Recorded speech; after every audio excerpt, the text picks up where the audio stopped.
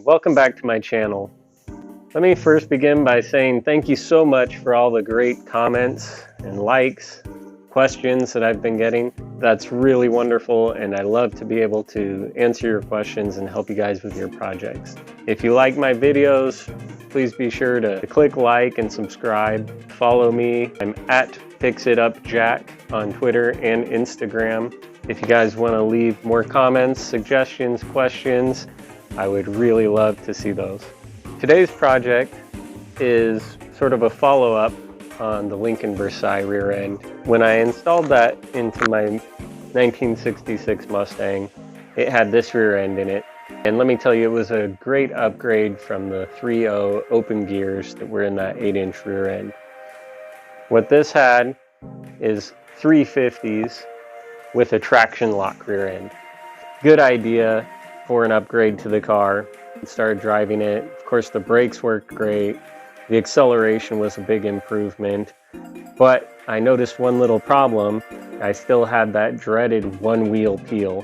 What that told me was that the clutches on this traction-lok were pretty well burned out. Now, in the meantime, I swapped the 350s out, and I had a pair of 411s that had an open differential in them, and I thought I might as well try the 411s turning one wheel. Those 411s, they certainly are quick. If you get a little power, it's going to spin those tires all day long. Time to rebuild this traction-lok, see if we could get both wheels to hook up and really launch that car. I went ahead and decided to keep the 350s with the traction-lok because even as good as the 411s were, you know, my car is a street car, daily driver for many years. I'll tell you what, just keeping up with traffic, 60, 65, 70 miles an hour, it would have my engine turning 35 to 3,700 RPMs, and boy, that is just screaming.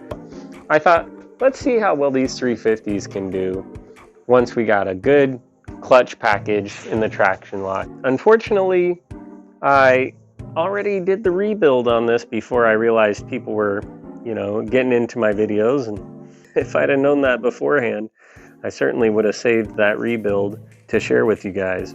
Here I'll show you sort of the outcome there. You can see here's the clutch pack that came out, and you can really see that the steel there, it's got a lot of heat marking on it, some scoring. The friction materials, they're really worn down. You can tell, you can see the print on them, and they don't look that bad. But when you flip it over, here's the combo.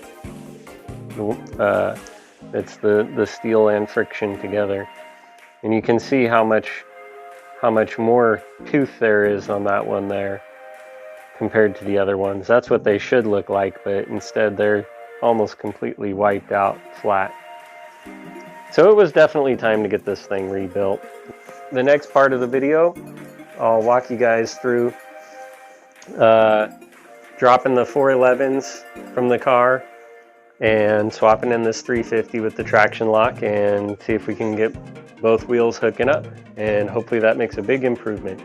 So thanks again for joining me on the process. I'll have a good time walking you guys through it, and hopefully if there's things that you can learn along the way, if you have questions, feel free to ask them.